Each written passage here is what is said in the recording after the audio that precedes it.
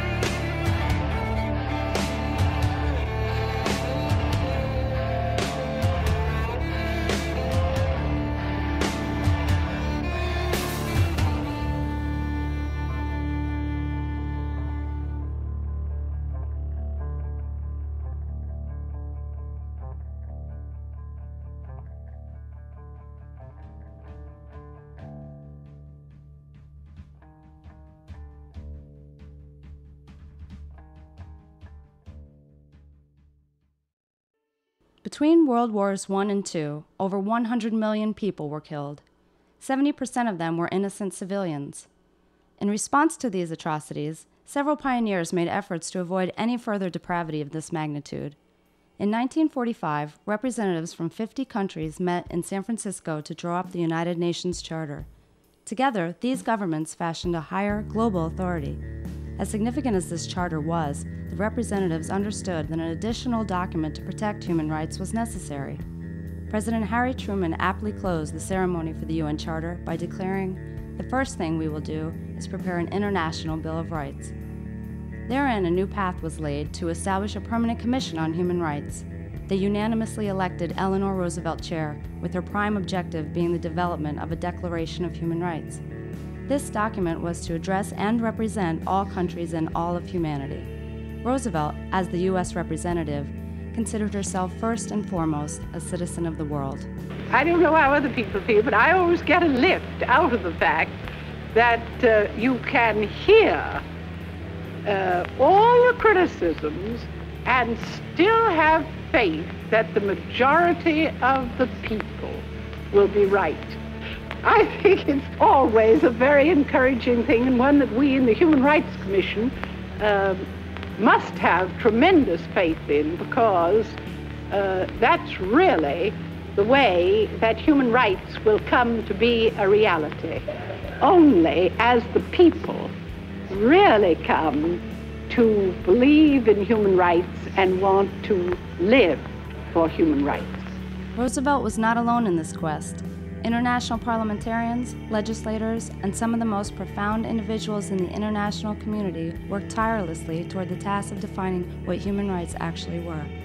Mahatma Gandhi was asked to study a cross-section of diverse nations, societies, and religions to determine whether or not a common thread existed between members of different communities. After doing so, Gandhi wrote to Roosevelt saying, "I thought that the deeper I searched, the more disparity I would find. Instead, the deeper I looked, the more I found that we have in common." This profound awareness came to fruition on December 10, 1948, when the United Nations, with just a few countries abstaining, unanimously adopted the Universal Declaration of Human Rights. This document was a powerful statement in defining and acknowledging universal human rights.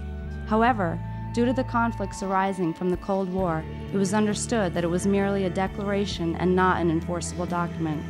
René Cassin, a lawyer and one of the primary architects of the UDHR, recognized that an additional transnational document was needed which would protect human rights in and through the domestic courts of all countries. In 1953, in order to create a regional model for what was needed internationally, Cassin, along with others, drafted the European Convention of Human Rights and founded the European Court of Human Rights. This court is currently housed in a building whose architecture is as innovative and timeless as the ideas created from within. Today, the European Convention is effectively a Bill of Rights for 45 diverse countries that have chosen to ratify the document. Every case the European Court has ruled upon has been obeyed by the local judicial systems involved. No country has refused a ruling, even when their highest court has been overturned, as with the House of Lords in Britain and the Supreme Court in Turkey. Given the proven success of the European Multinational Court, Cassin was awarded a Nobel Peace Prize in 1968.